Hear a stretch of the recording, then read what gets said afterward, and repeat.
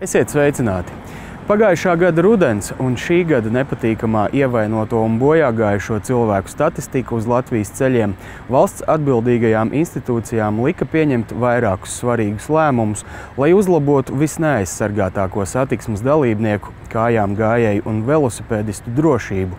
No 1. oktobra jaunākajiem satiksmes dalībniekiem būs jāpilda vēl kāda svarīga prasība. Velosipēdu vadītājiem, bērniem, kuri ir jaunāki par 12 gadiem, jebkurā gadījumā ir jālieto speciālā aizsargķivere. Kas attiecās uz bērniem velosēdeklītī, tad šī norma par to, ka bērniem ir jālieto šī gadījumā speciālā veloķiveri, jau tagad ir spēkā un tur nekas nav mainījies. Viena lieta ir likumus pieņemt, bet pavisam cita lieta tos pildīt. Tāpēc skaidrojām, kā sokas jau ar pieņemto lēmumu, piemēram, obligāto prasību gājējiem nesāt atstarojošās vestes diennakts tumšajā laikā uz koplietošanas ceļiem. Policija šo kontroli veiks. Protams, kad mēs veiksim arī šādu preventīvu raksturu pārunas ar šiem satiksmes dalībniekiem, ja gadījumā viņiem nebūs. Nedomāju, ka mēs tulītās pa visu varu ņemsim un sodīsim. Jebkurā gadījumā arī Automobiļu pārkāpumu kodeks paredz šādu veidu pārkāpumiem izteikt brīdinājumu vai naudas sodu no 7 līdz 30 eiro. Ja? Katrs gadījums tiek vērtēts individuāli un protams, tikai viena pārunām tas viss nebeigsies. Var jau pārkāpējus sodīt uz nebēdu, bet galvenais ir pašiem saprast, ka jaunās prasības nav vajadzīgas kādam tur Jānim vai Pēterim, bet pašu drošībai. Kā zināms, avio pārvadājumi ir pirmajā vietā pasaulē drošuma ziņā. Viena no svarīgākajām gaisa satiksmes drošības komponentēm ir precīzu meteoroloģisko datu nodrošināšana lidostām un satiksmes dalībniekiem. Mēs devāmies noskaidrot, kā šī sistēma darbojas valsts akciju sabiedrībā Latvijas gaisa satiksme. Tātad pamatparametri, kas tiek mērīti, lai gaisa kuģis varētu nosēsties, tā ir redzamība un vējš. Šie dati tiek apstrādāti, un principā piloti un aviokompānijas, ņemot vērā šos datus, arī plāno savus lidojumus. Lidmašīnai ir jāsēžās pret vēju, tātad, ja vēja virziens mainās, tātad tiek mainīts arī šīs nosēšanās virziens, un to dara gaisa satiksmes vadības dispečeri. Un tomēr nereti gadās, ka lidostas slikto laikapstākļu dēļ tiek slēgtas.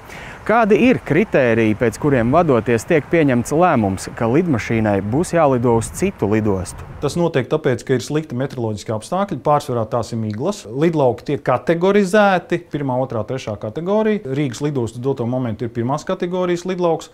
Tātad 3. kategorijas lidlauks, tas jau ir lidlauks, kur var praktiski veikt nosēšanos pie ļoti sliktiem meteoroloģiskiem apstākļiem. Lidosta Rīga un arī Latvijas gaisa satiksme ir iesaistīta procesā, kas saucās pārēju uz 2. kategoriju. Šī 2. kategorija ļaus aviokompānijām nosēsties lidlaukā Rīgas sliktākos laika apstākļos, nekā tas ir iespējams patreiz. Varu teikt, ka mūsu uzstādītās iekārtas, kas patreiz lidostā Rīga atļauj teorētiski veikt pat 3. kategoriju.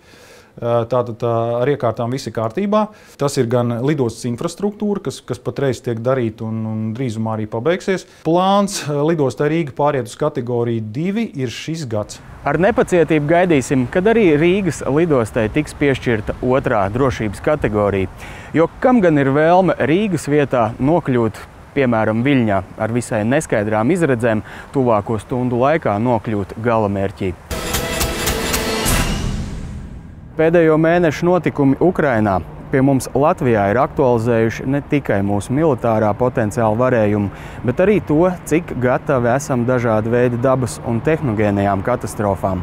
Vislatvijas civilās aizsardzības mācības tuvākā laikā gan nav paredzētas, bet uzņēmumi, kas nodarbojas ar pasažieru un kravu pārvadājumiem, mācības rīko regulāri. Šādas mācības pavisam nesen notika lidostā Rīga, kur tika imitēta lidmašīnas katastrofa, bet vēl vērienīgāks ar visu valsts atbildīgo dienestu un kaimiņu valstu glābēju piedalīšanos rīkoja Latvijas dzelzceļš Daugavpilī. Pēc mācību leģendas Daugavpils stacijā bija apgāzies pasažieru vagons, otrs aizdedzies, bet turpat blakus esošā cisternā ar dīzeļdegvielu konstatētas vairākas nopietnas sūces.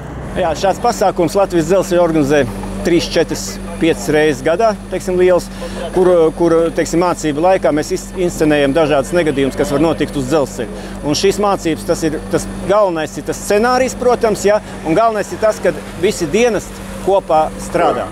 Šādā situācijā svarīga ir ne tikai glābšanas dienesta teicama darbība, bet arī Latvijas dzelzceļa koncernā ietilpstošo uzņēmumu rīcība. Mēs izlikām norobežojumu, sastāv 8 cilvēkus, ziņojām par to vadītājam pasākumu un tālāk rīkojāmies pēc viņa norādījuma. Tāda veida mācības notiek nepārtraukti katra kravu termināla.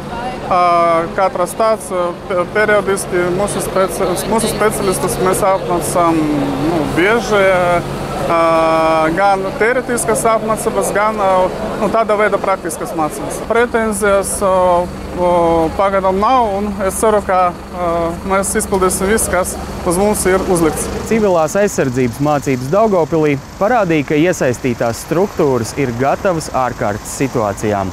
Bet mūsu visu kopējais novēlējums ir, lai šīs iemaņas nekad nebūtu jāpielieto dzīvē. Visu labu!